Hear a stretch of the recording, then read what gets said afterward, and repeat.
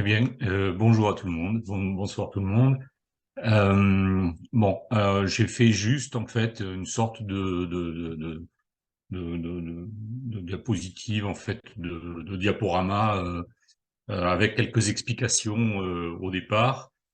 Bon, au départ en fait l'idée était de construire, enfin de concevoir un système constructif bas carbone. Donc, je rappelle deux objectifs dans le bas carbone, c'est l'utilisation de matériaux biosourcés, évidemment, et l'autre levier qui est très important, c'est l'économie circulaire, et donc utiliser ce qui existe déjà. Pour la construction avec des conteneurs maritimes de fin de vie, c'est-à-dire un déchet industriel, on est dans la deuxième catégorie, donc on est bien dans de l'économie circulaire, c'est-à-dire que ces conteneurs-là, qui ont été déclassés la plupart du temps parce que ils ont beaucoup voyagé et ils sont abîmés, et surtout parce que leur géométrie euh, est, a été modifiée. Il faut savoir qu'un conteneur, c'est soulevé en général par le... Ah, je sais pas ce qui se passe là. J'ai un petit souci. Ouais, Luc, je suis là, Voilà. t'inquiète pas. Ça y est, c'est bon, tout est revenu. Oui, un conteneur, c'est soulevé en général par le dessus, aux quatre coins du conteneur. C'est ce qu'on appelle des coins ISO, et ces quatre angles doivent respecter une géométrie parfaite au millimètre près. Et à partir du moment où un conteneur a reçu un coup, ou a été surchargé, ou etc., et qu'il s'est déformé, il est déclassé automatiquement parce que c'est trop dangereux de manipuler des conteneurs dont les systèmes d'enclenchement pour le soulever ne seraient pas sécurisés. Voilà. Alors, la deuxième idée, une fois qu'on étudie un conteneur maritime, on s'aperçoit qu'il est très très résistant. Il est très résistant à tout. Il est quasiment étanche. Ils ne s'oxydent pas parce qu'ils sont fabriqués en acier Corten. Donc, c'est un acier, c'est un alliage particulier qui génère de la rouille en surface. Mais pour avoir beaucoup travaillé sur la matière, je peux vous garantir que les conteneurs ont toujours un aspect très rouillé, mais cette rouille, c'est juste la protection de l'acier. Le Corten fonctionne comme ça. Et puis, il est structurellement autoportant, avec la possibilité d'empiler 5 niveaux. Donc, on voit l'image à côté, l'illustration qui le démontre. Donc, le principe était, un, de construire bas carbone, deux, de réduire et de limiter les coûts, en tout cas au niveau de la structure du bâtiment, de manière à transférer ce budget qui est en général alloué aux grosses œuvres vers une meilleure performance thermique, entre autres, du bâtiment. Alors, au tout début, j'ai cherché à comprendre et à voir qu'est-ce qu'on pouvait faire d'un conteneur. Et il existe sur le web, en fait, sur Internet, vous pouvez aller chercher une étude qui a été réalisée par Capstructure, et qui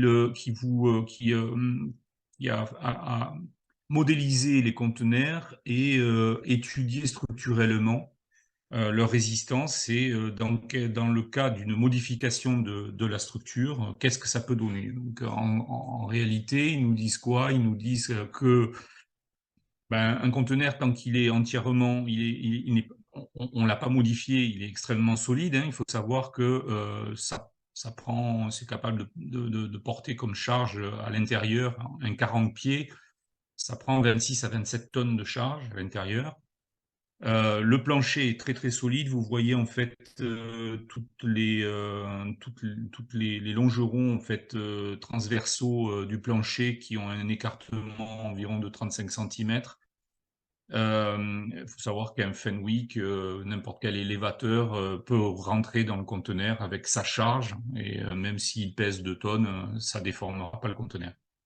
Euh, alors, une fois on sait ça, en fait, qu'est-ce qui se passe si on modifie, si on commence à découper les parois latérales?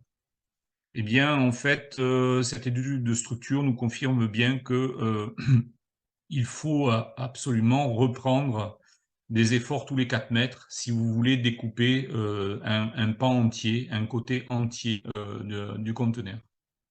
Parce que sinon, bah, on aura un affaissement, de la toiture, du longeron, supérieur et on aura même un affaissement du plancher parce qu'en fait, c'est la paroi latérale qui fait office de contreventement et de tirant, pour que le bloc, puisse, conserver toute sa rigidité. Voilà, donc en fait, moyennant, cette donnée-là, c'est-à-dire, un minimum de reprise d'effort tous les 4 mètres, on n'a pas tellement de, problématiques et si vous ouvrez, le dans la paroi en fait, l'équivalent d'une fenêtre, on vous dit: «S Tant que vous ne modifierez pas, plus de 50 de la paroi, latérale, ça n'aura pas d'influence sur le contreventement et sur la déformation». Alors à partir de là, ben, avec un copain, on a modélisé, un conteneur. Ah, il faut que je vous dise aussi que, les conteneurs que j'ai utilisés ne sont pas des conteneurs standards. Il s'agit de conteneurs iCube, c'est-à-dire grande hauteur, à savoir qu'un conteneur standard fait 2,35 m, 2,37 m à l'intérieur, ce qui est relativement bas en plafond, alors qu'un conteneur iCube, a la même dimension en longueur-largeur, mais il a une hauteur supérieure qui permet, d'avoir une hauteur de 1,68 m ou 69 sous-plafond, à l'intérieur. Donc ça permet de redescendre le plafond à 2,50 m, 2,55 m tout en ayant, un plénum et en pouvant passer, tous les réseaux. Donc on va voir ça par la suite. Donc le principe, c'est, d'avoir, envisagé une isolation par l'extérieur évidemment et on a aussi une isolation complémentaire par l'intérieur. L'isolation par l'extérieur, c'est une isolation par injection de microbilles, de PSE graphité, qui a été, injectée en pression et dont en fait le coffrage, c'est d'un côté la paroi du conteneur et de l'autre côté, une, plaque d'OSB montée sur une ossature en bois, fixée par des équerres métalliques. Voilà. Donc là, si on voit le sujet un peu plus de façon plus zoomée, en fait, on voit ces microbilles graphitées qui vont remplir la cavité. Alors l'épaisseur, c'est 21 centimètres d'épaisseur pour avoir une isolation, assez conséquente et puis, 4 centimètres, d'isolation à l'intérieur. Alors là, le schéma ne reproduit pas exactement ce que l'on a fait parce qu'au départ, je voulais mettre un isolant en ouate de cellulose, mais en réalité, les applicateurs me l'ont déconseillé parce qu'ils ont peur que le métal, comme c'est un matériau qui est absolument pas poreux, ne permette pas une adhérence suffisante. Donc on est passé avec de la fibre de bois, tout simplement. Donc, une fois qu'on a eu fait ça, on a étudié le comportement thermique de cette paroi, notamment en termes de déphasage. Donc, elle a la paroi que je vous ai montrée là, elle a un R de 6, passé et en termes de déphasage, on obtient un déphasage de 8h80, c'est-à-dire presque 9 heures. Ce qui est un déphasage plutôt, comment dire? Confortable. On pourrait avoir un tout petit peu plus, mais il faudrait mettre un peu plus d'épaisseur d'isolant, mais je peux vous garantir que j'y vis maintenant depuis 3 ans, sur le plan thermique, la maison est très, très agréable. Et la variation de température à la tombée du jour, par exemple, la sensation de froid qu'on peut avoir dans de nombreux bâtiments, on ne l'a pas dans ce bâtiment, notamment aussi grâce à son système de ventilation double flux. J'ai juste sur cette slide mis 3 partenaires parce que ils ont été très importants. Le système de fondation, je vais revenir dessus. Le système d'injection des microbilles de PSE. Et puis, j'ai quand même utilisé pour la toiture une très forte épaisseur de ouate de cellulose. Ouate de cellulose qui a été fabriquée par Ouatitude, qui est à côté de Béziers, et sous la marque Isocell. Et ce sont eux, avec eux aussi, qu'on a travaillé sur le calcul du déphasage. Alors là, je vous ai mis un plan. C'est le plan de la maison. En fait, alors j'essaie de sortir ça, voilà. Donc en fait, c'est une maison de plein pied qui utilise 4 conteneurs. Le bureau qui est là, je suis à l'heure actuelle dedans, c'est mon bureau professionnel. Le reste, après, il y a un garage, et puis le reste de la maison habitable, c'est cette partie-là, qui représente à peu près 120 mètres carrés. Si je passe sur la slide d'après, vous voyez en fait l'implantation des conteneurs sur le plan de la maison. Donc en fait, vous vous apercevez que les conteneurs ne se touchent pas. Ils se touchent ici, mais ils ne se touchent pas. Et c'est une comment dire? Une approche que j'ai mis du temps à en arriver là. En fait, si on construit avec des conteneurs et qu'on les accole, on est obligé de respecter le module géométrique du conteneur, et on avance de 27 mètres carrés en 27 mètres carrés. Donc ça peut pas fatalement, ça correspondra pas toujours à ce que l'on souhaite. Si j'avais rajouté un conteneur, par exemple ici dans la partie nuit, j'aurais eu un couloir, ou alors j'aurais eu des chambres qui étaient nettement plus dimensionnées, alors que je suis plutôt dans une orientation de sobriété, de consommation de surface chauffée. J'en avais pas besoin. Voilà.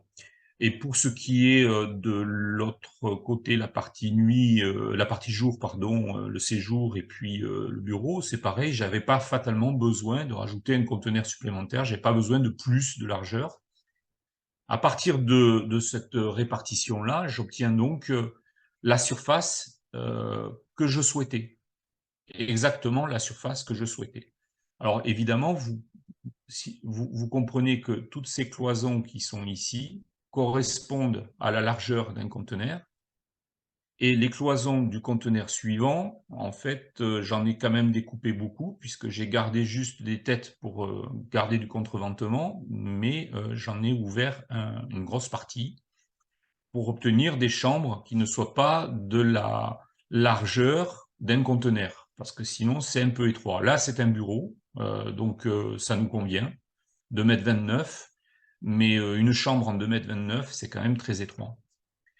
Voilà, alors donc les conteneurs, et je vous ai mis la slide d'après, en fait, les points de fondation. Donc la maison est posée sur des pieux, et vous avez l'implantation des pieux. Voilà. Donc en fait, si on regarde attentivement l'étude de structure que je vous ai présentée tout à l'heure, ils nous disent en fait tous les 4 mètres si on découpe. Donc si en fait on a besoin d'un renfort tous les 4 mètres, grosso modo, j'ai estimé que c'était bien de faire plomber les descentes de charge et les reprises structurelles. Et donc j'ai à peu près respecté cette répartition, à la différence près que dans le garage, c'est un peu plus étroit, c'est un peu plus serré. Voilà. Alors l'implantation, elle a été faite sur un terrain proche de Toulouse, à une trentaine de kilomètres, hein, dans un village qui s'appelle Nailloux, qui est en crête du Lauragais. Et sur ce terrain-là, qui est légèrement en pente, hein, qui avait quand même une pente d'environ entre le chemin et puis de là où est pris la photo, il y a un bon 1,50 m de dénivelé. On a commencé à implanter la maison. Donc, implantation très précise, c'est-à-dire un quadrillage et évidemment une implantation avec un piquet, de manière à mettre en place un système de fondation qui s'appelle Technopieux, système de fondation qui est vissé dans le sol. Alors normalement, vous n'avez pas le son, mais vous avez l'image. Voilà. Alors, on voit les pieux là, vissés avec des platines soudées dessus.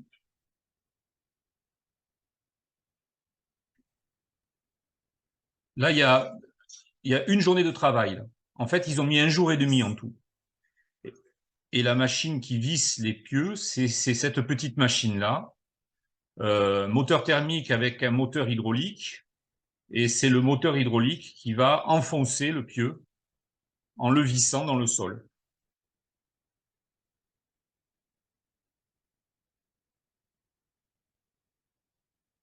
Voilà.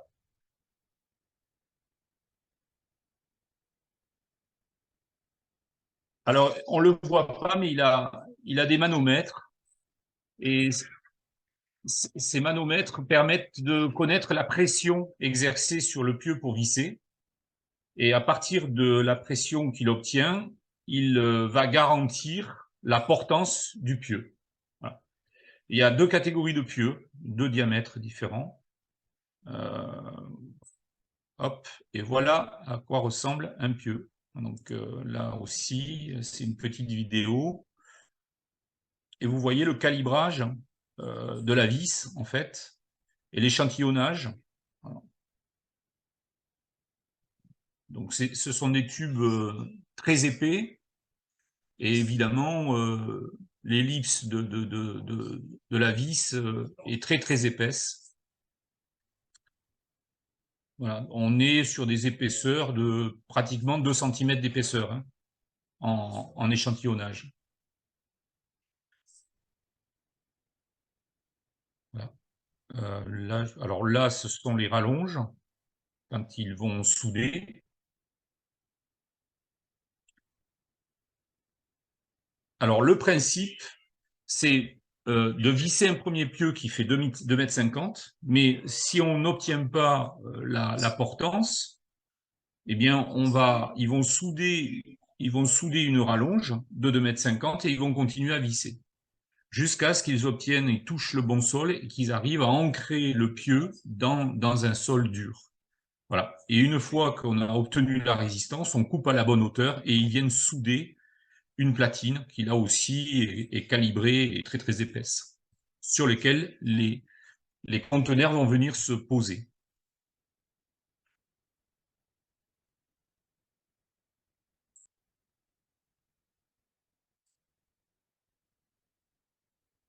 Voilà, donc ils ont mis 1 jour et demi en tout. Donc globalement, en début de semaine, on a fait le décapage. Le lendemain, on a fait l'implantation. Et je crois qu'ils sont venus un mercredi. Le jeudi après-midi, c'était fini. Les fondations étaient terminées. Bon, quelques photos, voilà, pour illustrer le fait qu'on mette les rallonges. Moi, je savais que sur le terrain où j'étais, j'avais un endroit où j'aurais des fondations à plus de 6 mètres et ça s'est révélé tout à fait correct par rapport à l'étude de sol. On a des pieux qui sont qui sont ancrés à 2,50 m pour une partie de la maison et on a des pieux qui sont vissés à 6,50 m pour l'autre partie. Ben, une fois que l'on a réalisé ça, je suis pas trop adepte du béton, j'essaye de l'utiliser le moins possible, mais il me fallait trouver une solution pour en fait bloquer les terres sous le vide sanitaire. Donc ben, j'ai adopté la solution par pain à bancher, là où il allait falloir tenir un petit peu, et puis bloc par pain classique pour le reste. Vous voyez ici le réseau d'eau usée, de collecte d'eau usée, et puis vous voyez aussi des fers à béton qui ont été soudés en croix de manière à contreventer, à créer des fils pour éviter la déformation ou la vibration surtout. C'est ce qu'on a cherché à limiter. Sur ce type de fondation technopieux, quand le pieu dépasse de 50 cm le sol, il peut y avoir un peu d'élasticité et donc le fait de reprendre en croix comme ça, ben, ça limite totalement toute déformation. Alors une fois qu'on arrive à ça, on a mis en place une première paroi, une peau qui fait 3 mm, c'est du PVC blanc de 3 mm, ce sont des grandes plaques que l'on a posées de manière à faire dépasser les têtes de pieux.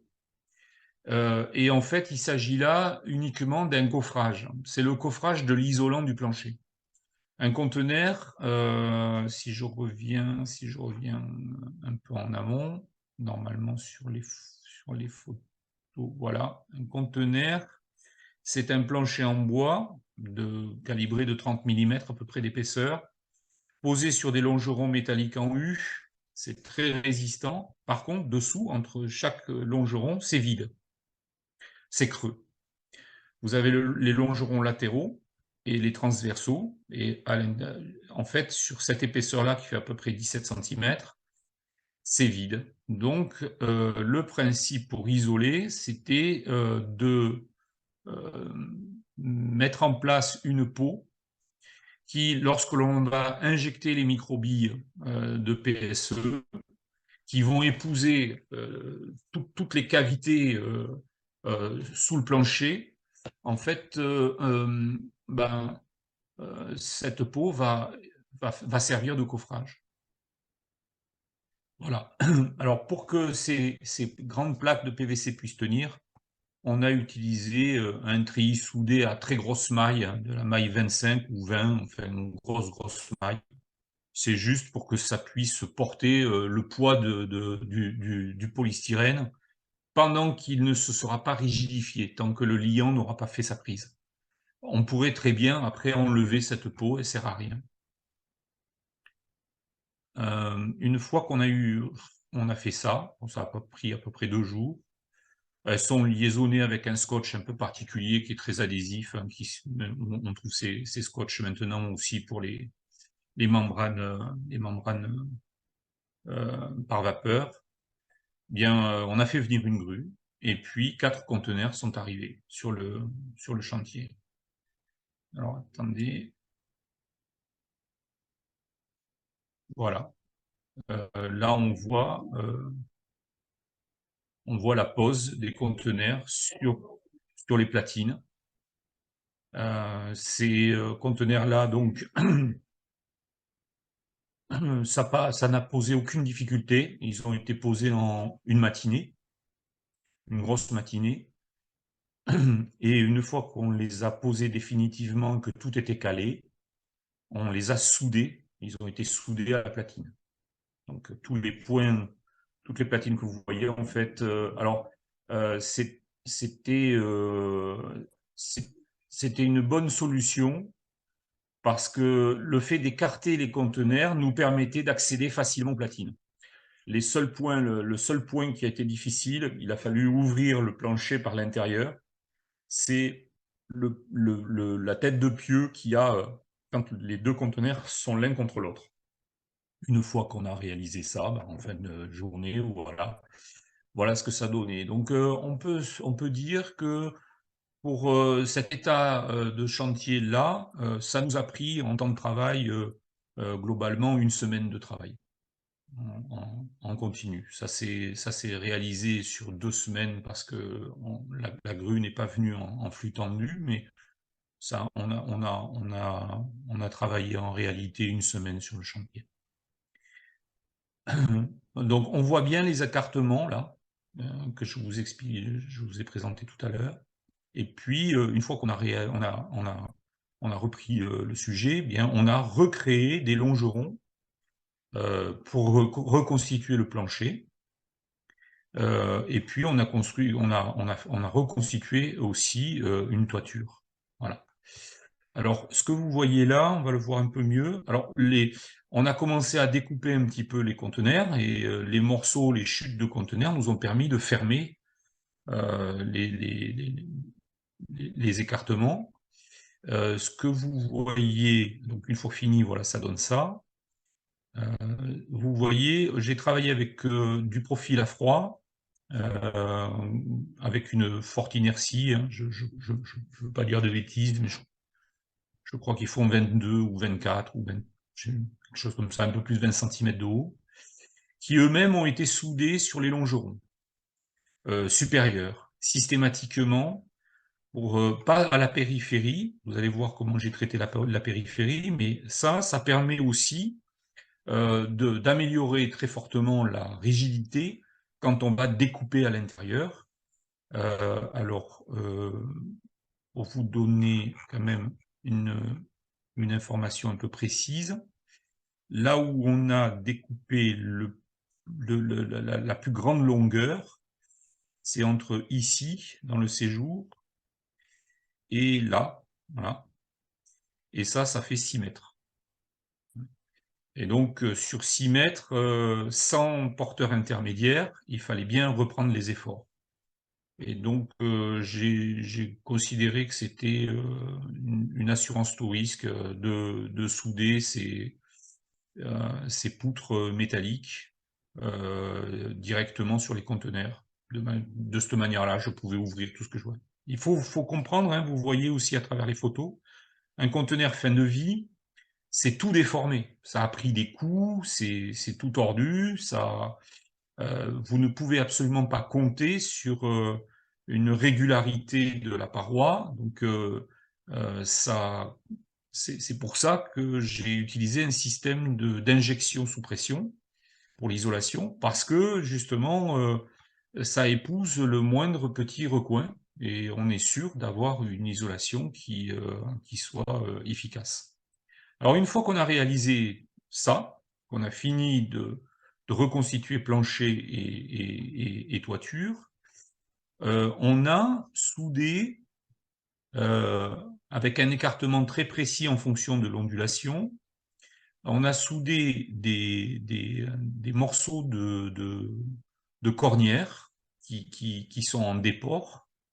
On les a soudés sur le longeron, évidemment, et puis on a soudé aussi des renforts en tube de 40 en 4 mm d'épaisseur, hein, c'est du 40-40, mais dans une série très, très résistante.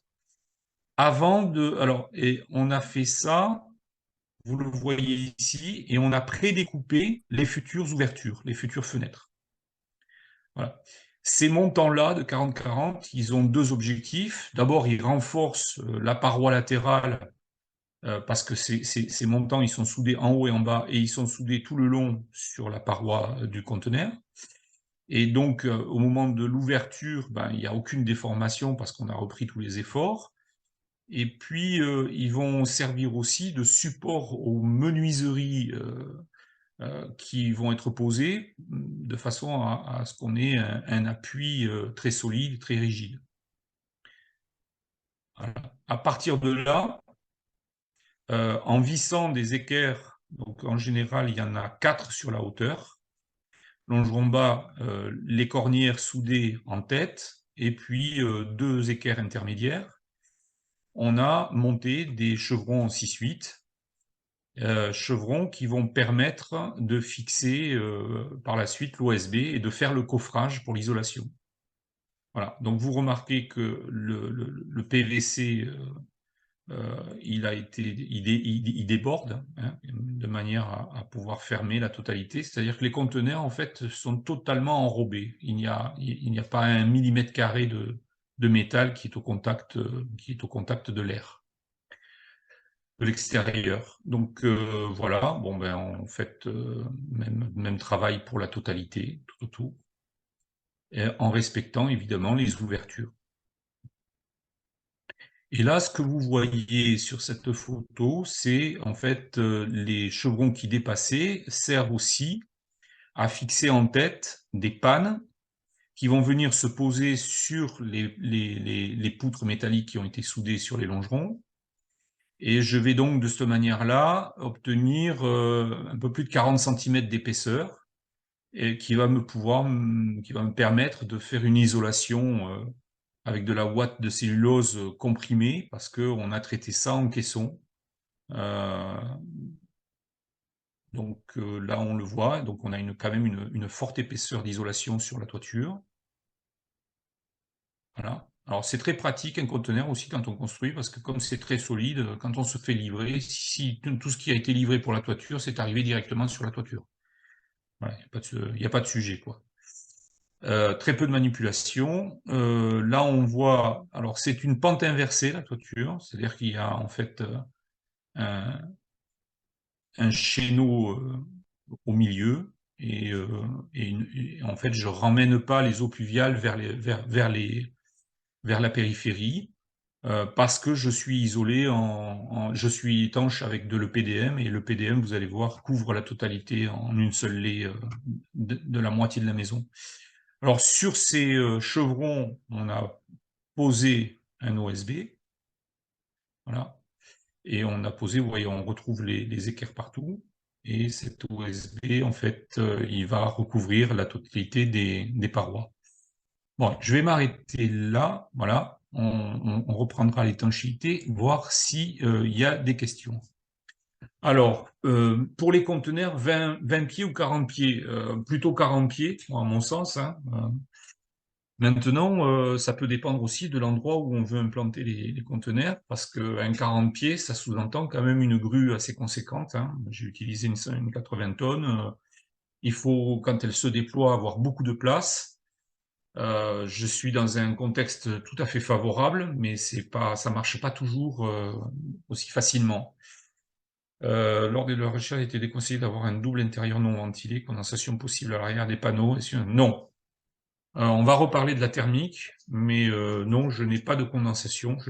J'ai un air extrêmement sain et sec. J'ai aucune problématique là-dessus. C'est parce que j'ai enrobé, je n'ai aucun pont thermique. J'ai enrobé complètement les conteneurs. En fait, il n'y a pas 1 mm² de paroi de conteneur qui soit à moins de 20 cm de l'extérieur. Il y a toujours un isolant de 20 ou plus de 20 cm. Et donc, dans ce cas-là, il n'y a pas de sujet. Alors, pouvez-vous revenir sur la première slide déphasage? Oui, je peux. Je ne sais pas quelle est la question là sur le sujet. Pourquoi ne pas avoir fait de semelle filante? J'ai une étude de sol qui me dit qu'on ne peut pas poser une construction sur des fondations superficielles. Et ça a été d'ailleurs l'élément déclencheur pour acheter ce terrain. Outre le fait qu'il a une vue sympa, qu'il est très bien implanté, enfin, les gens qui ont acheté ce terrain avant moi ont déposé un permis de construire, et le maître d'œuvre qui a travaillé sur ce permis n'a pas pris soin de regarder l'étude de sol. L'étude de sol qui nous disait qu'on était sur en fait un terrain qui avait un tassement différentiel.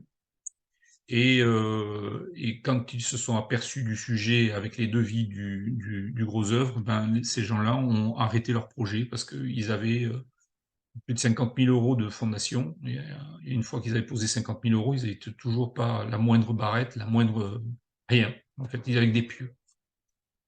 Je fais appel à Technopieux, j'étais sur de l'argile, ils ont refusé d'intervenir sur mon chantier. Ah, moi, j'ai pas eu de problème. C'est pas la première fois. Depuis, j'ai préconisé ça sur des gros bâtiments, y compris les bâtiments publics. On a fait un bâtiment de plus de 2000 m² sur Pieux, Technopieux, ça posait aucun souci. Je sais pas, peut-être qu'il y avait des matériaux dans le sol qui leur permettaient pas de visser. Je sais pas. Avez-vous des solutions alternatives au PVC ou au PSE en matériaux biosourcés? Non, pas vraiment. Bonne question.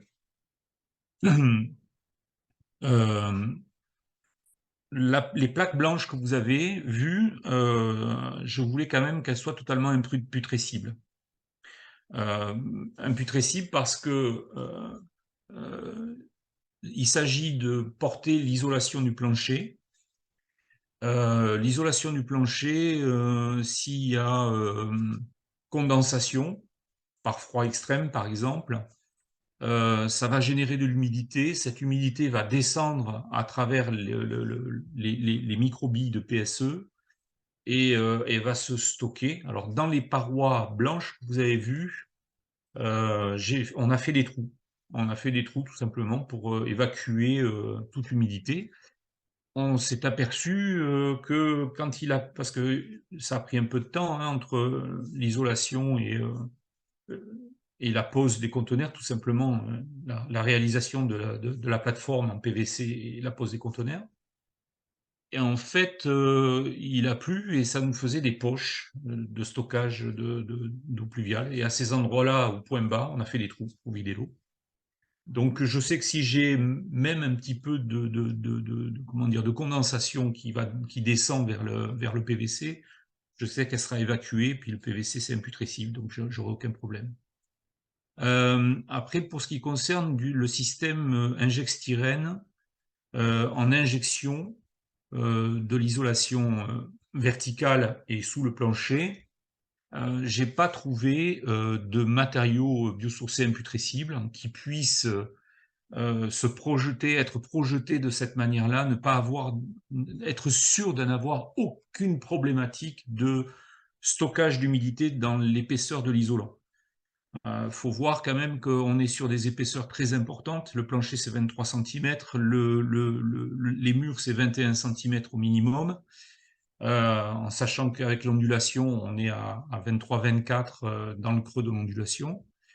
Et les études thermiques et les études de parois nous ont démontré que le point opposé allait se situer à peu près à 2/3 de l'épaisseur de l'isolant. Donc je voulais un isolant qui soit capable en fait, qui soit totalement imputrescible et qui, de manière gravitaire, si j'avais un peu d'humidité qui se fabrique dans l'isolant, cette humidité puisse descendre de façon gravitaire et traverser l'isolant. Et c'est ce que permet ce système d'inject-styrène, puisque en fait, les billes sont agrégées les unes aux autres grâce à un liant à base de latex. C'est pas en phase aqueuse, évidemment. Et puis, entre trois billes, ben, vous avez un trou.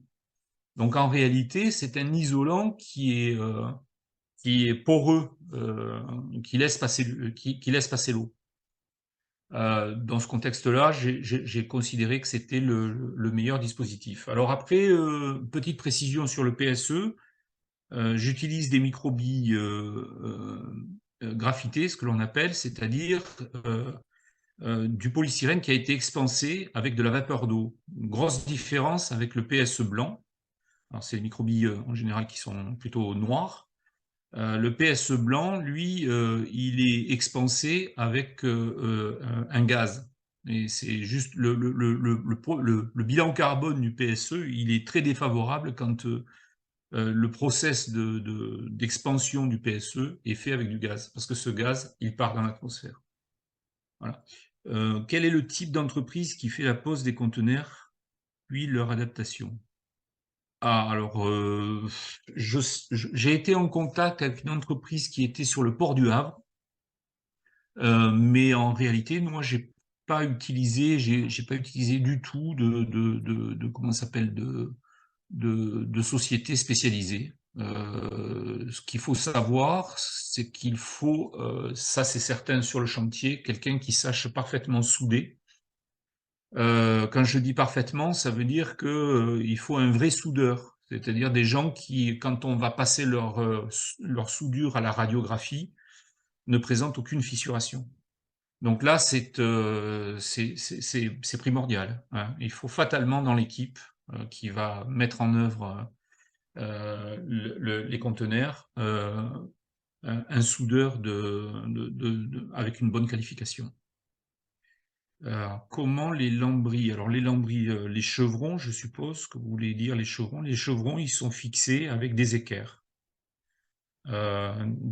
métalliques, les mêmes que l'on utilise pour faire du bardage, voilà, de l'ITE, etc.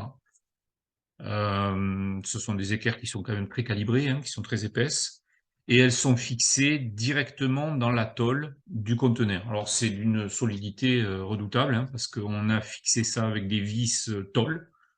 De mémoire, je crois que c'était du 4,6, 4 mm 6, vissé avec de la vis autoperforante dans une tôle qui fait 2,7 mm d'épaisseur. Une fois que vous en avez mis 2 pour une équerre, je vous garantis que vous ne pouvez plus la détacher, l'équerre.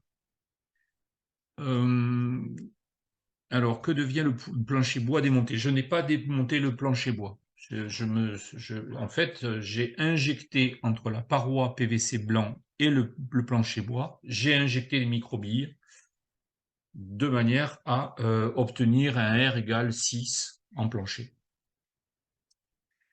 Vous évoquiez 50 000 € de fondation filante. Non, non, c'était des fondations profondes. Les gens qui avaient acheté le terrain, ils avaient un devis de plus de 50 000 € rien que pour les pieux.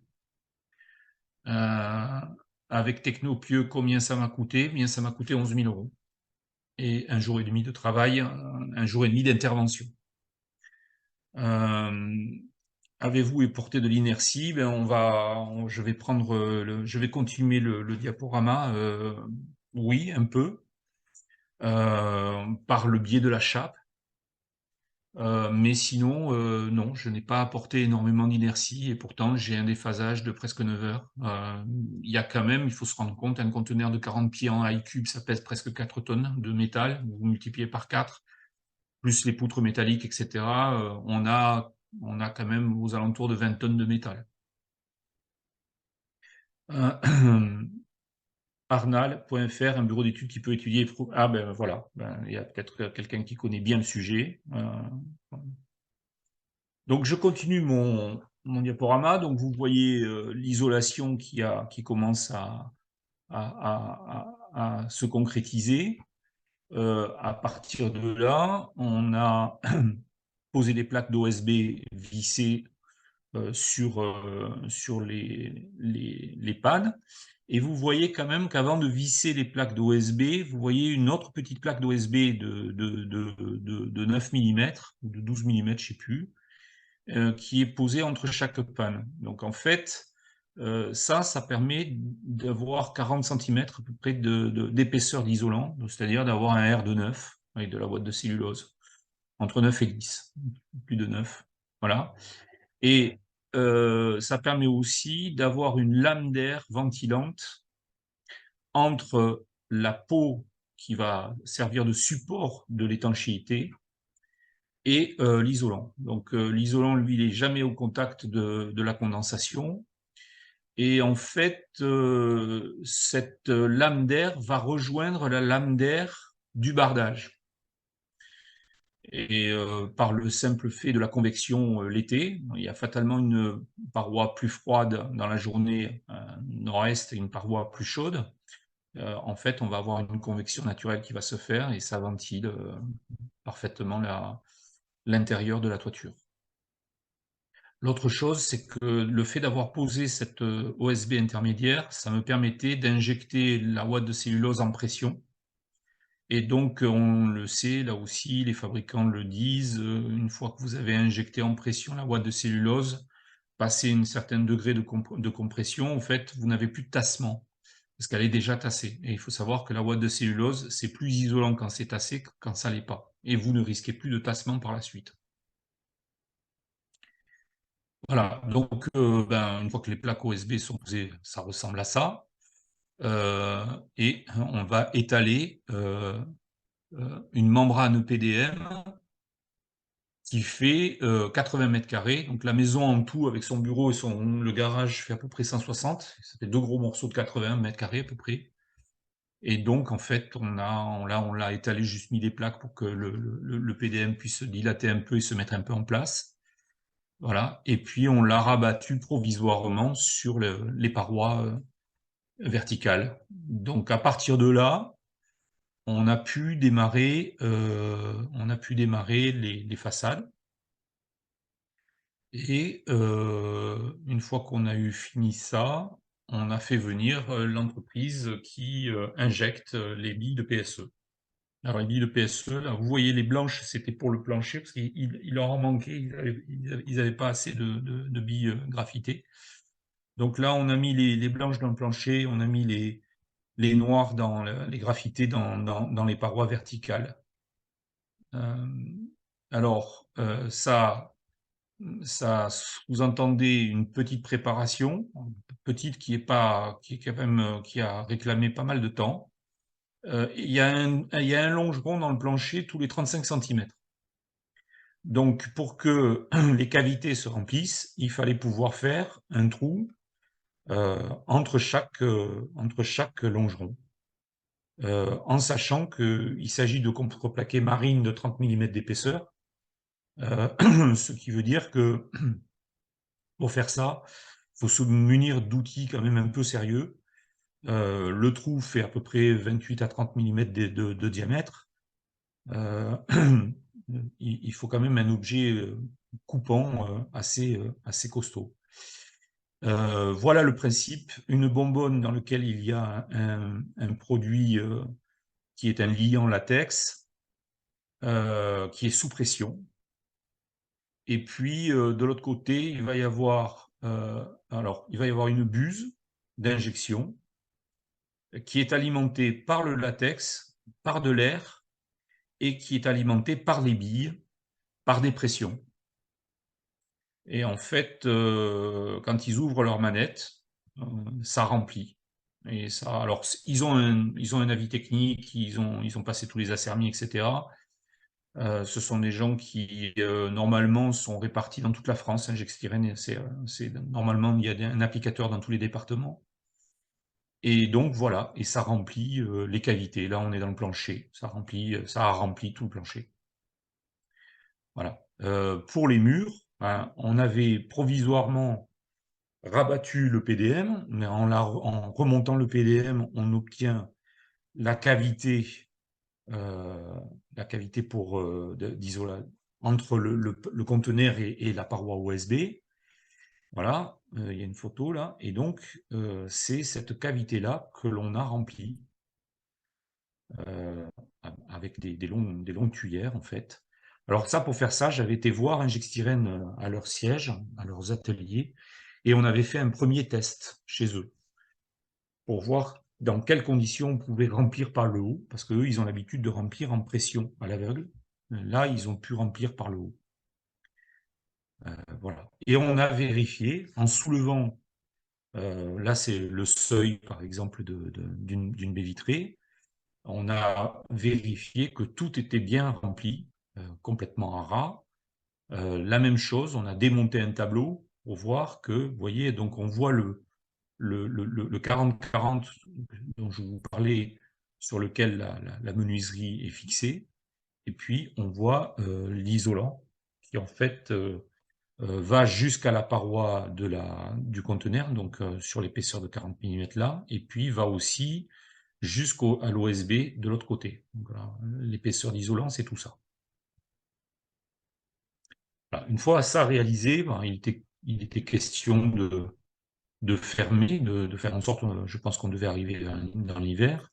Et puis j'ai posé un système de ventilation double flux tout de suite à l'intérieur parce qu'il fallait en fait générer les ouvertures qui sont avec des diamètres assez conséquents avant d'entamer la finition des façades. Bon, alors là on est en plein hiver, vous voyez les menuiseries ont été posées, il ne manque plus que la porte de garage.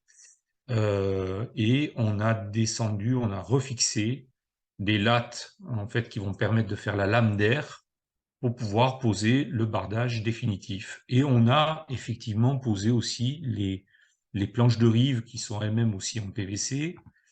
Et alors je vous disais, donc la lame d'air de la toiture rejoint la lame d'air du bardage, et sous la lame PVC, vous avez une petite grille perforée avec un grillage très fin pour éviter tout développement d'insectes à l'intérieur. Et c'est une résille en aluminium, en fait, en bande, et ça permet d'avoir donc une ventilation naturelle. J'ajoute, hein, vous voyez, là on voit un peu mieux le déport, vous voyez qu'il y a un déport assez important. J'ajoute aussi que les parpaings qui ont été montés sur 2 rangs ou 3 rangs, ça dépend des endroits, euh, ne sont pas collés, ne touchent pas la paroi en bois. Il y a à peu près 2 cm de vide. Ce qui veut dire que l'été, le comportement thermique de cette paroi est assez particulier. C'est que, évidemment, dans le vide sanitaire, il fait fatalement plus frais. Et cet air frais qui est sous le vide sanitaire va être aspiré par convection, parce que la paroi va être chaude, et donc va sortir par le dessus, puisque la grille de ventilation, elle est tout le long, toute la périphérie. Donc voilà, une fois que les tasseaux ont été posés pour le bardage, ben, on a commencé le bardage. Le bardage, c'est un bardage en fibrociment de chez Eternit, c'est Cédral, posé à clin. Voilà, c'est assez long, la pose est assez longue, mais c'est très durable. Il faut savoir que le fibrociment, c'est 80% de watts de cellulose, hein, c'est de la cellulose, et 20% de liant en ciment. Donc ça a un bilan carbone qui est pas trop détestable. Et puis ça sous-entendra qu'on n'a absolument pas besoin d'entretenir cette façade. Elle est imputrescible elle est inaltérable, hein, même sur la couleur, hein. Je pense que je n'aurais pas besoin de la repeindre. Voilà. Donc, voilà ce que ça donne, une façade complète. Là, c'est le côté terrasse. On voit les pieux. Il manque évidemment la terrasse. Ce que vous voyez sortir là, ce sont des équerres que j'ai posés avant de poser le bardage, de manière à pouvoir venir fixer dessus une pergola. Un pergola qui va se fixer sur ce point ici, qui va se poser sur les pieux vissés dans le sol, parce qu'on a de cette manière-là aucun tassement différentiel. Alors que la terrasse bois, elle, est posée sur les parpaings, qui, elle, n'est pas en contact avec la structure de la maison. Voilà. Là, on arrive à l'intérieur. Je vais prendre d'autres questions. Alors, pouvez-vous revenir sur la première slide des phasages? Oui, mais quelle est la question? Où trouver les conteneurs à l'achat? En France, il y a ce que l'on appelle des brokers. Des brokers, c'est-à-dire des sociétés spécialisées dans l'achat et la revente de conteneurs. On les trouve souvent dans les ports dans le nord, Le Havre, Marseille, Toulon. Voilà. Moi, j'ai utilisé un broker, je ne sais plus comment il s'appelle, qui m'a fait venir 4 conteneurs sur les semi-remorques, qui m'a vendu les conteneurs plus le transport. Il est possible qu'à l'époque, j'ai bénéficié d'un prix qui était plus favorable que maintenant, j'en sais rien. En réalité, je ne sais pas quels sont les cours des conteneurs, mais à l'époque, un conteneur m'a coûté 1 500 €, transport compris. Sachant que le transport était aux alentours de 500 €. Voilà, un conteneur 40 pieds m'a coûté 1 000 €. Voilà, Hauts-de-France conteneurs. Bon, voilà, il y a des sociétés spécialisées, faut chercher sur Internet. Au moment des injections, pas de risque de poche d'air. Non, pas de risque de poche d'air. C'est le système injectstyrène. Il a été agréé par le CSTB. Ils ont fait des tests, hein, ils ont fait énormément de tests d'injection à l'aveugle. Et en fait, une des applications les plus importantes de ce système d'isolation, c'est la rénovation des combles et la rénovation des parois verticales de maisons anciennes ou de bâtiments anciens. Bâtiments qui souvent, dans les années 50, 60, même jusqu'en les années 70, en fait, on avait une paroi maçonnée qui était porteuse en briques de vin, un vide d'air et ce qu'on appelait une plafonnette ou une briquette de 5. Et donc, ils remplissent à l'aveugle ces vides. Donc, ça améliore très nettement la thermique de la paroi. Et donc, ils sont capables de garantir qu'ils n'ont jamais de défaut. Vous n'avez pas eu besoin de pare-pluie? Ben non, j'ai pas eu besoin de pare-pluie parce que en fait, le conteneur, la paroi métallique, elle est étanche. Je n'ai aucune migration d'humidité, c'est impossible. Donc, en fait, derrière le cédral, la vie technique du cédral ne réclame pas non plus de pare-pluie. Donc, en fait, ça servait à rien.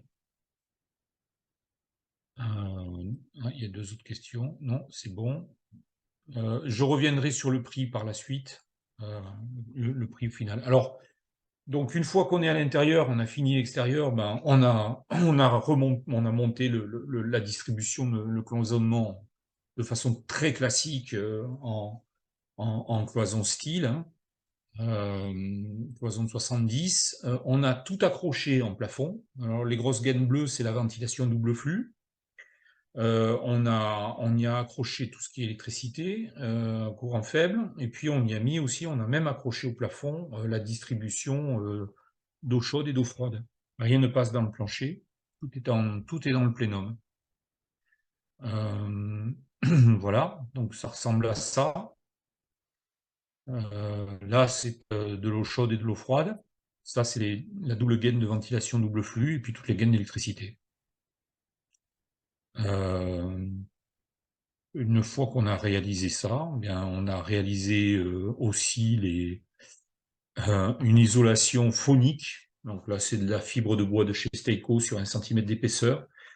C'était pour éviter phoniquement d'avoir une transmission de la vibration et du son sur les planchers bois.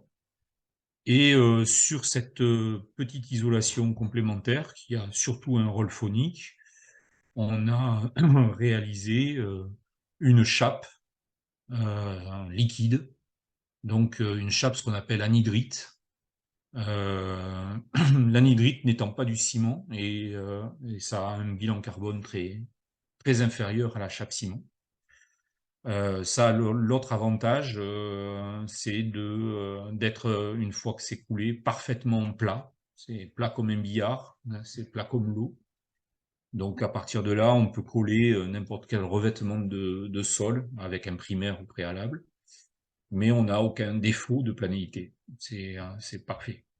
Alors la chape, elle a pour rôle, on pourrait très bien envisager de mettre un revêtement de sol directement sur le bois, mais la chape, elle a pour rôle d'éviter ce que j'appelle l'effet caravane, hein. Quand vous marchez sur un plancher de caravane, quand vous marchez, vous avez une vibration résiduelle qui se propage, et je trouve ça pas très agréable, et ça fait quand même un peu maison en carton. Donc la chape, elle permet quand on marche en fait sur le sol, on a la même sensation que si on était sur un plancher béton.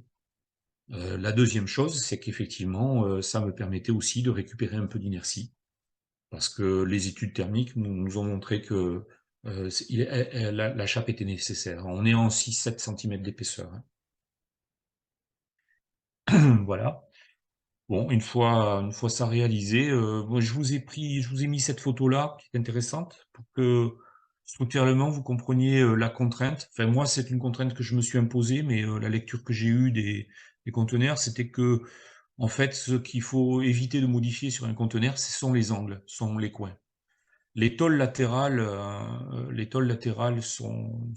peut les découper, on peut les enlever sur des très grandes longueurs, mais les angles d'abord sont faits sur des échantillonnages de presque 1 cm d'épaisseur. Déjà découper ça, c'est pas simple. Et puis c'est ça qui donne toute la rigidité du conteneur. Donc je voulais éviter toute déformation résiduelle, en sachant que ce que j'ai observé, et je m'y attendais pas, c'est que sur un conteneur fin de vie, donc qui a pris des coups, qui a eu des déformations, quand vous découpez une paroi latérale, les, les, comment dire, les coups que le conteneur a pris a déformé la structure, et le fait de découper la paroi, la structure va va vouloir avoir envie de revenir à l'état initial. Et en fait, c'est la paroi latérale qui a empêché que le conteneur se remette parfaitement d'aplomb. Alors c'est une histoire de quelques millimètres, mais on a pu l'observer. Et on a même eu, au moment de la découpe, un plancher, un longeron qui s'est déformé. Et il a fallu reprendre avec une soudure sur les pieux vissés, en exerçant une pression très importante. Donc, ce que je peux dire, c'est que si on doit construire avec des conteneurs, il y a des petits paramètres à prendre en compte qui sont parfois un peu surprenants. Voilà, ça c'était pour illustrer que sur évidemment une chape liquide, on peut poser un revêtement PVC sans avoir besoin de refaire du ragréage et avoir un résultat qui est parfait. Quand je dis parfait, c'est parfait. Il n'y a pas 1 mm de jeu sous la règle de 2 mètres. Bon, ensuite, implantation d'une cheminée. Bon, évidemment, j'avais prévu le conduit dès le départ. Pas une cheminée, un insert. Insert qui est prévu pour pouvoir fonctionner avec une double flux, hein, puisqu'on est en surpression, et qui va me servir de chauffage quand on est dans une période de grand froid. Une journée comme aujourd'hui, il faisait entre 14 et 16 dehors, et on a 22,5 dans la maison sans avoir besoin de chauffer. Mais quand il fait moins quelque chose la nuit et que le lendemain il n'y a pas de soleil, bon, il est clair faut amener un peu de calories, évidemment. Et puis j'amène des calories par un bisplit. En fait, j'ai une pompe à chaleur extérieure et j'ai un split côté séjour et un split dans le couloir côté chambre. Voilà, ça me permet d'amener de l'air, de rétablir l'air à 19 degrés quand il y en a besoin. Et puis pour l'eau chaude, j'ai un ballon d'eau chaude thermodynamique avec une pompe à chaleur extérieure, une unité extérieure, couplable avec des panneaux solaires thermiques. Et c'est un ballon semi-instantané, c'est-à-dire qu'on ne consomme pas l'eau chaude qui est stockée. C'est en fait de l'eau, une cuve d'eau chaude dans lequel passe un serpentin. Et l'eau froide en fait passe dans le serpentin et remonte, elle est chaude.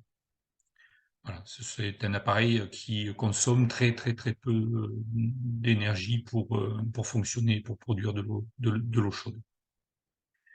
Voilà. Ben, je suis arrivé au bout du sujet.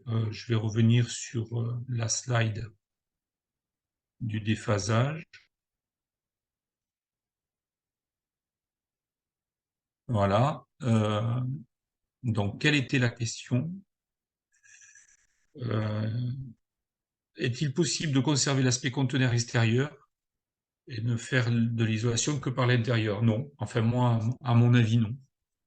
Le métal, c'est quand même très conducteur. Si vous faites ça, vous aurez fatalement de la condensation à l'intérieur. C'est justement ce qu'il faut éviter. Donc, si on laisse la paroi métallique à l'extérieur, je pense qu'on va au-devant de problématiques. Mais on a parmi nous Dominique qui est en train de tester, je crois, c'est une solution différente. Euh, Moi, je voulais pas prendre ce risque. Je voulais pas enfermer d'humidité du tout. Donc là, je sais que ça marche. Le système d'isolation que j'ai utilisé fonctionne très bien. Je n'ai vraiment, vraiment aucun point d'humidité, rien. De toute façon, je n'ai aucun point thermique. Les portes d'ouverture des conteneurs ont-elles nécessité un traitement particulier? Alors ça,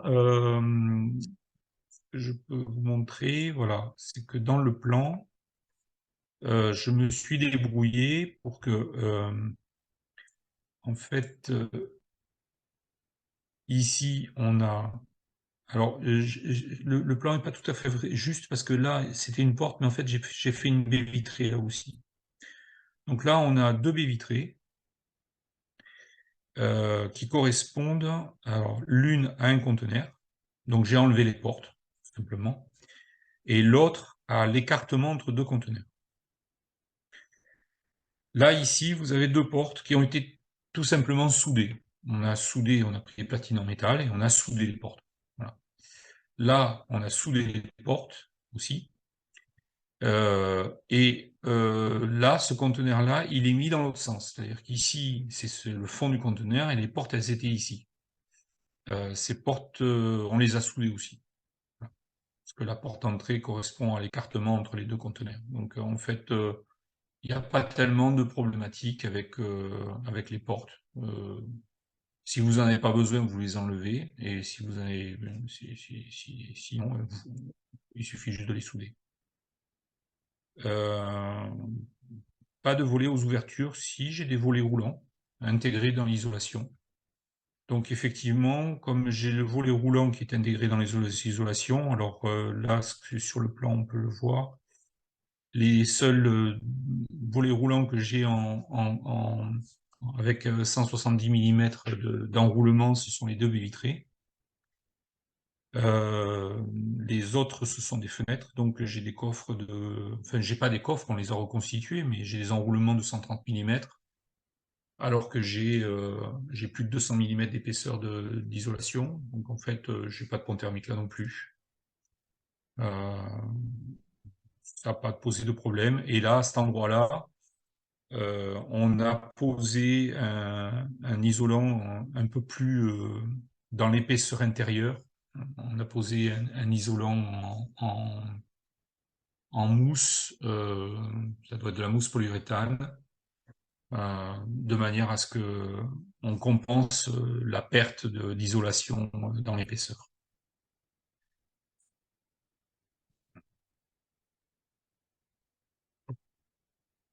Alors la question est de savoir si le déphasage concerne la toiture ou les parois, ou si c'est un déphasage d'ensemble. Ah, voilà la question.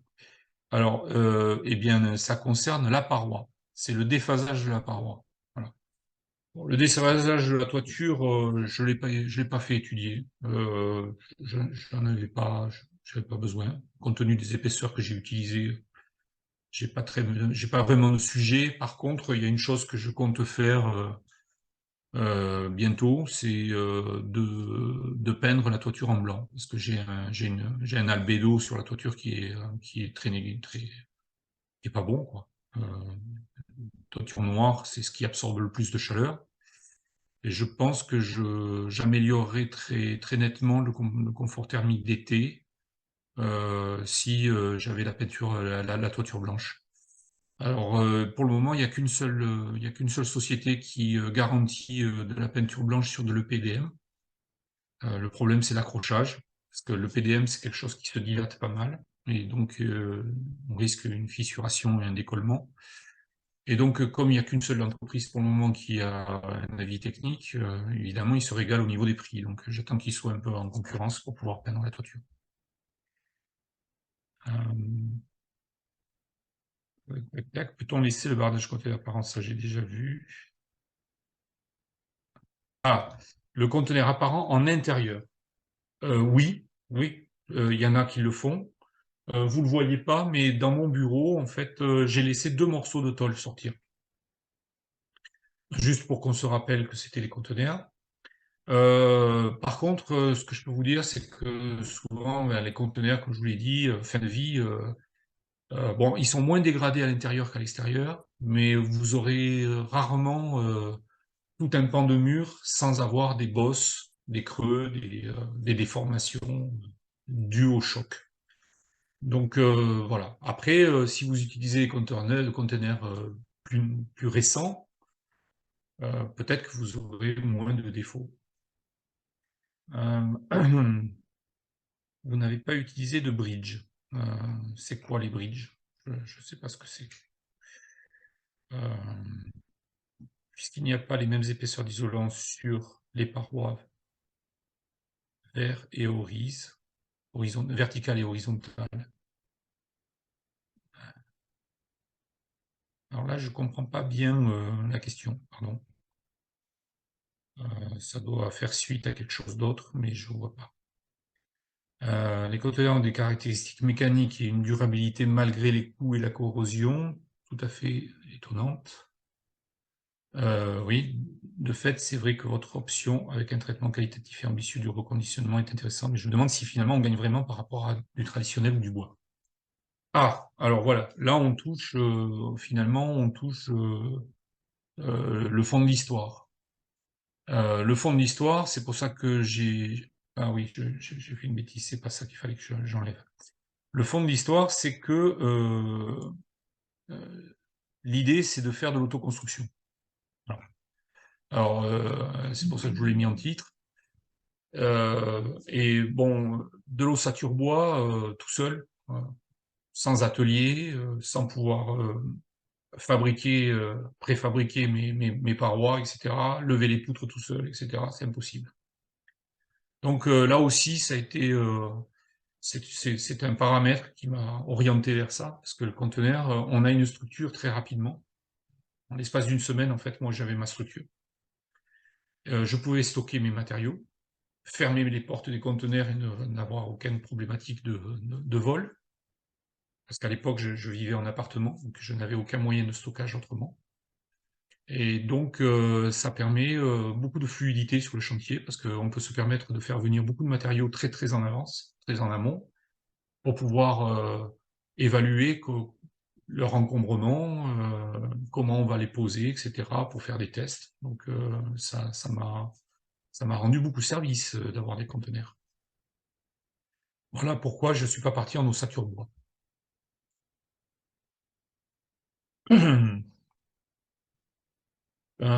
Alors, quid d'une toiture végétale, Dominique? Ben, toiture végétale, je suis pas très fan, parce qu'elle n'est pas végétale dans nos contrées. Bon, on serait à Strasbourg, on aurait la garantie qu'il y a de la végétation qui pousse. À Toulouse, on a des mousses et des lichens, tout marron, tout gris, et ça, à mon sens, c'est pas très adapté à nos latitudes. Voilà. Donc, d'autres questions? Quel est le prix au mètre carré de la construction? Oui, alors, globalement, on va dire, une fois tout fini, j'ai atteint à peu près 180 000 € tout compris, pour 160 mètres carrés de plancher. Mais le coût que je vous annonce, il est pas, comment dire, il est pas, c'est pas un coût de professionnel. J'ai réalisé beaucoup de choses moi-même, tout le cloisonnement, tous les plafonds. Pour l'électricité, j'ai fait fabriquer des pieuvres dans une usine et puis j'ai posé les pieuvres moi-même. J'ai posé la double flux moi-même, j'ai fait toutes les peintures, tous les revêtements de sol, j'ai fait tout le bardage extérieur. Et puis pour les tâches un peu plus importantes, notamment tout ce qui a été doublage en OSB, tout ce qui a été toiture, etc., j'ai utilisé l'équipe d'ouvriers de mon frère qui a une entreprise générale. Donc, entre le fait que j'ai acheté des matériaux à très très bon prix, des fois direct usine, parce que bon, ça fait longtemps que je suis dans le bâtiment, que j'ai pu bénéficier d'un certain nombre d'avantages, le fait que j'avais une main-d'œuvre très qualifiée à disposition et le fait que j'ai travaillé moi-même sur le chantier, mon prix de 1 200 € du mètre carré ne représente pas vraiment la réalité des choses. Je pense pas qu'il faille s'engager dans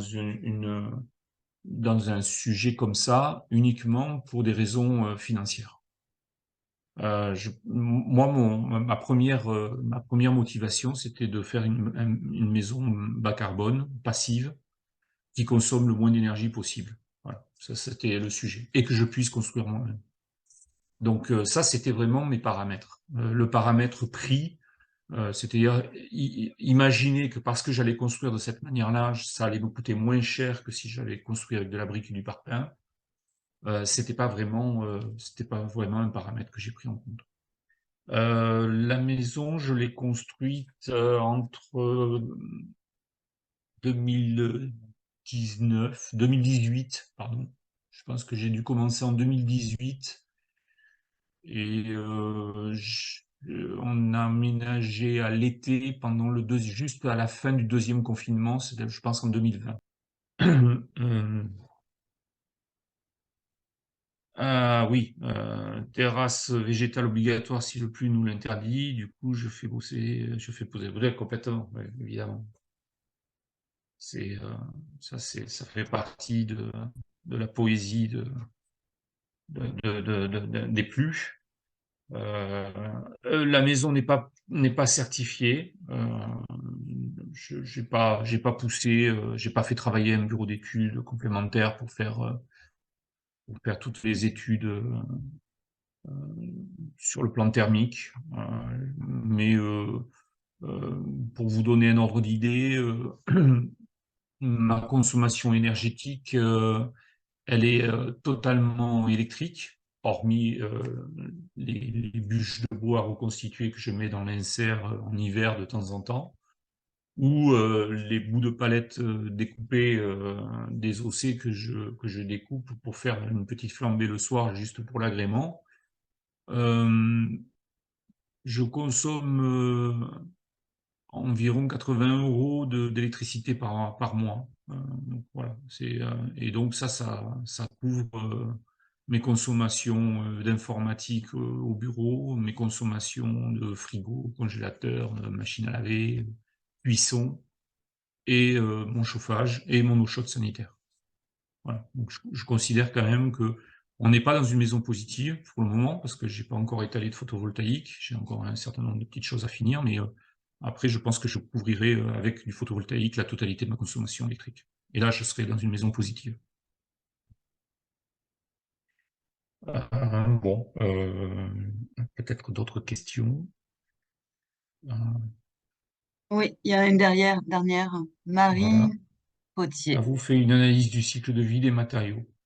Alors, j'ai pas analysé le cycle de vie des matériaux, j'ai utilisé, enfin si, on fait plus tout à fait comme ça. En fait, on utilise une base, Igniess, on va pas analyser chaque matériau, mais oui, par contre, j'ai utilisé, systématiquement des matériaux. Alors là, à l'intérieur, l'isolant complémentaire, c'est de la fibre de bois. Bon, après, on peut dire que j'ai été relativement classique, hein, plaque de plâtre. On aurait pu faire un doublage bois. Bon, ça, c'est à chacun sa façon d'approcher le sujet. Mes revêtements de sol sont en PVC, pas en carrelage. Le PVC à l'heure actuelle, c'est un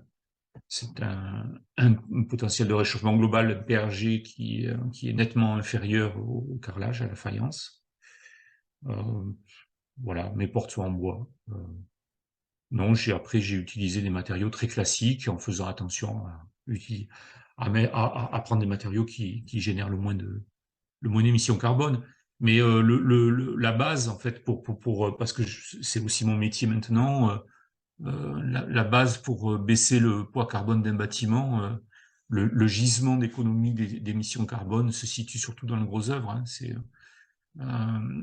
Et là, quand on prend un choix radical de construire avec des conteneurs maritimes, finalement, on a un gros œuvre qui pèse quasiment rien en poids carbone, hein. Et la structure, c'est un déchet, et le déchet, c'est zéro. Donc voilà. Euh, L'idée pour faire bas carbone, c'est bien ça. C'est trouver une solution pour que le gros œuvre émette le moins de carbone possible. Et le système de fondation participe à ça, parce que entre un tube creux, même s'il est en 1 centimètre ou 1,5 cm d'échantillonnage d'épaisseur de tôle, et qui fait 16 centimètres d'épaisseur, enfin de diamètre, pardon, et un pieu de 40 centimètres à 6 mètres de profondeur en béton, c'est sûr qu'on n'a pas la même émission carbone. C'est clair que là aussi, on a réduit très très fortement les émissions carbone par les fondations Technopio. Euh, Quand vous présentez les conteneurs côte à côte, faut-il les souder? Non, moi je les ai. Alors, quelque part, ils ont été soudés quand même. Parce que si on regarde ce qui s'est passé là,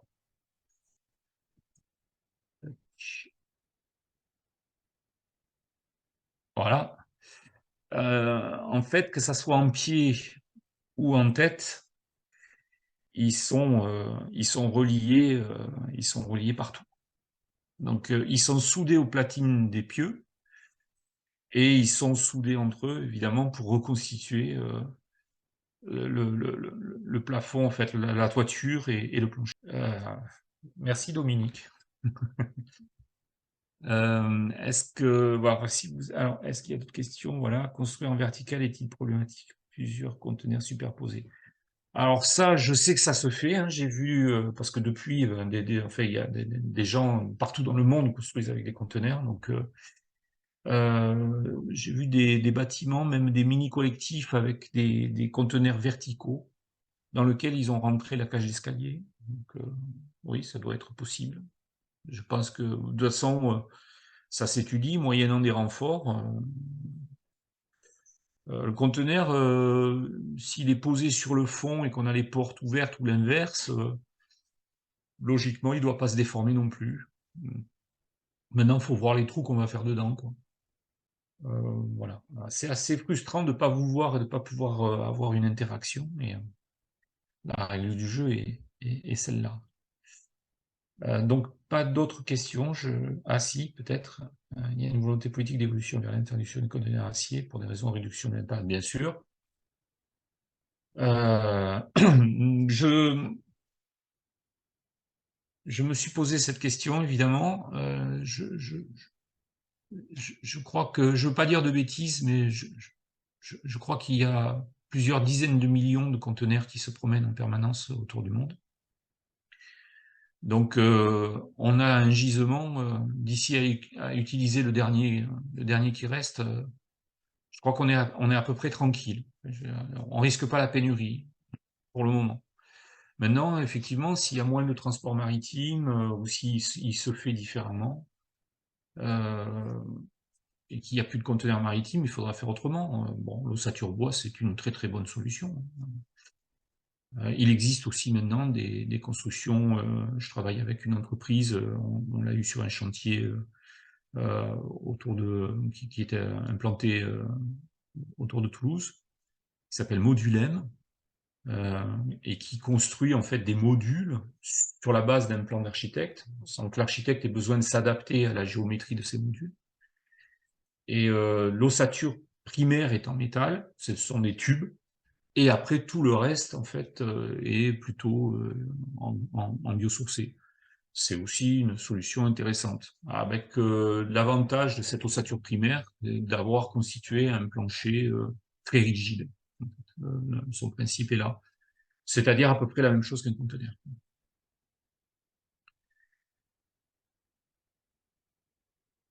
Alors,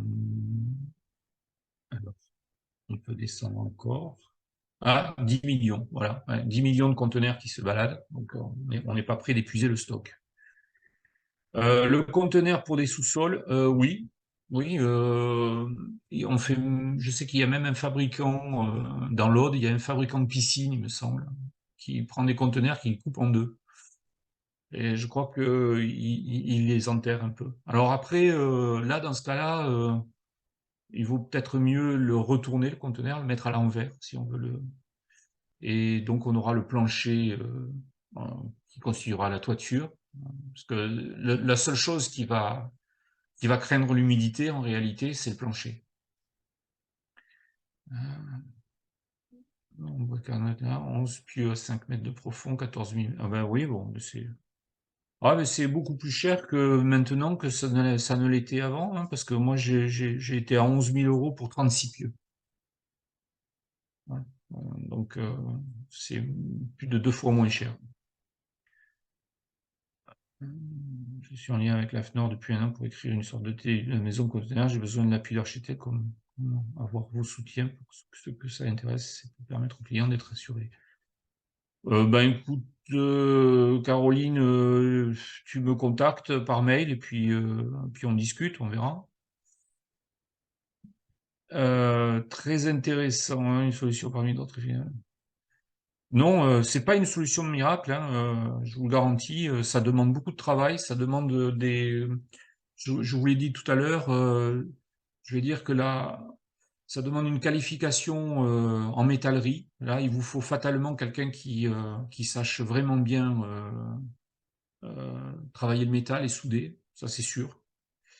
Et après, à partir de là, c'est toujours quand on fait intervenir un corps d'état, c'est toujours plus ou moins compliqué. Alors, par exemple, pour les menuiseries, bon, moi je ne pouvais pas poser les menuiseries tout seul, c'est trop lourd, hein, les baies vitrées, tout ça, toute l'intendance qu'il faut avoir derrière. Et puis, je voulais aussi une garantie décennale sur mes menuiseries, bien sûr. Donc, euh, le menuisier, quand il est arrivé là, devant les conteneurs, je lui ai montré les tubes de 40 pour se fixer dessus. Bon, il a été un peu perdu au départ. Alors j'ai fait des plans de détail, hein, j'ai fait beaucoup de petits plans de détail, des croquis qui lui ont permis de comprendre. Finalement, il s'est adapté et il a trouvé ça plutôt pratique. Parce que pour fixer après ces équerres de fixation pour les menuiseries, tout ça, ben, on était sur de la tôle de 2 millimètres et quelques, donc il a pris des vis-tôles et puis il a fixé il s'est aperçu que c'était, super solide, donc il est très content. Et puis pour son étanchéité, le mastic, ça s'accroche beaucoup mieux sur le métal que sur le parpaing. Donc finalement, ça n'a pas posé de problème. Mais souvent, la première réaction, c'est, un pas de recul. Parce qu'il regarde le truc tout rouillé là et puis il se demande comment on va faire là-dedans, quoi. Voilà. En réalité, c'est ça. Heu Alors, tout s'est bien passé auprès des assurances pour l'autoconstruction. Alors, je dois vous dire que j'ai pas pris de dommages ouvrages. Par contre, pour assurer la maison par la suite, en incendie, risque d'hiver et cetera, aucun sujet, aucun problème. Je n'ai eu aucun problème non plus pour poser le permis de construire. Évidemment, je m'étais renseigné un peu à l'avance, hem, quand on a décidé d'acheter ce terrain. J'avais la possibilité de faire une toiture terrasse. Sinon, il aurait fallu que je fasse une toiture avec des tuiles, mais bon, les tuiles, c'est quand même très émissif, donc c'était pas vraiment l'objectif. Et c'est pour ça que d'ailleurs, ce terrain-là, il est un peu à l'extérieur du village. Le village de Nayoux, c'est à peu près 5 000 habitants et au milieu du village, il y a un magnifique clocher-mur, du Lauragais et là, dans ce cas-là, ben, la toiture terrasse, c'est impossible parce qu'on est dans le rayon des ABF. Là, on n'a aucune covisibilité, donc aucun problème. Bonjour Jean-Luc, visiblement peut-être que tu me connais, mais moi j'ai du mal à remettre tout le monde, hein, avec les noms. Ah, aurons-nous le diaporama comme ressource? Ben, ça faut voir avec Hilo. Gaël, qu'est-ce que tu en dis? Bah, moi, oui, à Oui, partir oui, du bon. moment où, comme c'est comme ta maison, c'est toi qui es décisionnaire, hein, c'est pas moi. Ouais, bon, après, ma maison, elle ressemble pas à ça quand même. Oui, oui, c'est vrai. Depuis, on a un peu planté. Bon, j'ai essayé de faire des photos cet après-midi, je disais à Gaël, mais j'ai pas le logiciel parce que c'est plus des photos sous JPEG, enfin, c'est tout un bazar. J'ai pas réussi à les transformer, voilà. C'est Bon, ma compliqué. maison, elle ressemble un peu, ouais, elle est bleue, elle ressemble un peu à ça, voilà. Mais bon, depuis, il y a la pergola, depuis, il y a plein de choses, et puis on a planté. Non, je te l'enverrai. Alors, il doit être lourd quand même, hein, avec toutes ces photos, le fichier, donc il va falloir le Par télécharger. WeTransfer, à ce moment-là, tu peux me Ouais, voilà, l'envoyer et c'est je ça. transférerai, Voilà, ouais. c'est Merveilleux. ça. Parce que sinon, ça marchera pas. Ouais, petit détail, là, vous voyez, les volets que j'ai mis, c'est pas des volets. Là, c'est un enroulement. Et là, ces volets-là, c'est des brise-soleil, c'est du gris SR, en fait, c'est de la lame Mm. orientable, parce que ben là, on a bien l'illustration. Voilà.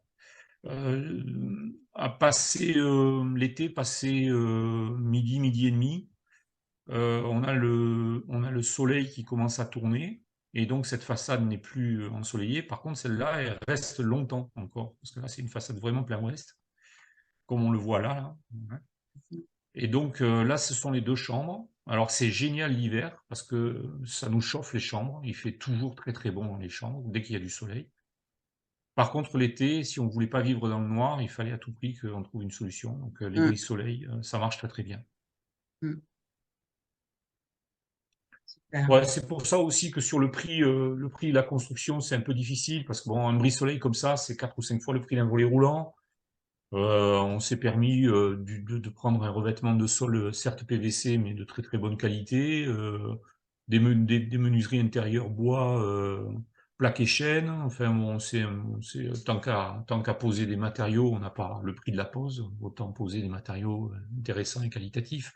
Donc Absolument. le prix que je peux vous donner, ça vous permettra pas tellement d'avoir comment dire, une approche réaliste si on fait tout réaliser. Bah, Moi, ce d'autant que que les je prix peux, des matériaux ont en plus énormément changé, hein, bougé, hein, oui, entre voilà, 3 ans c'est et ça. aujourd'hui, bon, Alors, on va gagner, c'est sûr, on va gagner beaucoup d'argent sur la structure. Voilà, c'est sûr que ça, et surtout quand on est dans des conditions défavorables comme moi, sur un terrain sur lequel faut faire des fondations profondes. oui, et puis les Là, fondations aussi, ouais. Ouais, voilà. Donc là, il y a tout à un fait. gain, il y a un gain réel, il y a un gain Mm. immédiat. Après, si en tant qu'architecte, vous voulez utiliser des conteneurs, il faut vraiment commencer par constituer une équipe qui sera capable de mener, sur le chantier, le projet au bout. Voilà. C'est-à-dire que le maçon lambda de base, finalement, il va être perdu, hein, très, très. J'ai vu la réaction des ouvriers qui travaillent avec mon frère. Et pourtant, ce sont des gens très qualifiés qui sont capables de faire autant de la maçonnerie que de la charpente. Bon, en général, ils font beaucoup plus de charpente bois que de charpente métallique. Mais ils avaient besoin de beaucoup de recommandations pour comprendre comment on allait faire. Voilà. C'était souvent comme ça. Et choisir, effectivement. Ok, alors Luc, je regarde s'il y a de nouvelles questions. Il me semble pas. Tu n'as que Oui. des remerciements. Oui, très Euh, intéressant et je confirme. Vous êtes passé en triple vitrage, oui, côté nord. Côté nord de la maison, j'ai soit non, j'ai une petite fenêtre et puis j'ai une porte-fenêtre du bureau qui est en triple vitrage parce que là, c'est très peu ensoleillé, donc je voulais. Mm. euh, voilà. Bon, mais oui, ben là peut-être ce prix-là est plus sérieux, hein. Là, Réaliste, hein. voilà, plus réaliste, hein. Je pense que Par rapport c'est. au contexte, hein, Les économique. menuiseries extérieures sont en quoi? Ben, elles sont en PVC, tout simplement. Alors, Mm. c'est une gamme de PVC plutôt, plutôt haut de gamme, hein. Je veux dire, en termes de pont thermique, je crois que c'est du 75 mm d'épaisseur avec 5 cloisons intérieures, etc., pour éviter tout pont thermique. Je confirme. Et puis, je savais qu'avec la double flux, il fallait faire en sorte qu'on ait un classement en termes d'étanchéité à l'air assez important. Donc, j'ai un double joint, etc. Enfin, c'est une menuiserie qui est en PVC tout simplement parce que c'est la menuiserie la moins émissive en carbone par rapport à l'aluminium. Mm. Voilà. Bon, merci pour tous vos remerciements. C'est ça. Alors, vraiment, Voilà. Luc, j'ai envie de te dire, parce que je tiens à signaler, c'est merci surtout à toi d'avoir donné à voir la façon dont tu as construit bah, ta propre maison. Je sais que c'est une relation intime aussi avec des événements particuliers qui ont jalonné cette construction.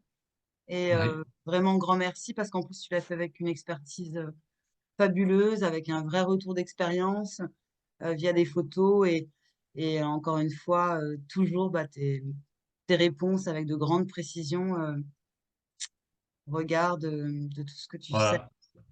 Voilà. Je précise que Luc a conçu et anime aussi des formations, sa formation RE 2020, bien évidemment. Tu étais d'ailleurs avant-gardiste à ce sujet. Elle est toujours d'actualité. Est aussi formateur dans le cadre de la formation ADEME, les formations ADEME, d'ailleurs, on pourrait dire comme ça, Oui.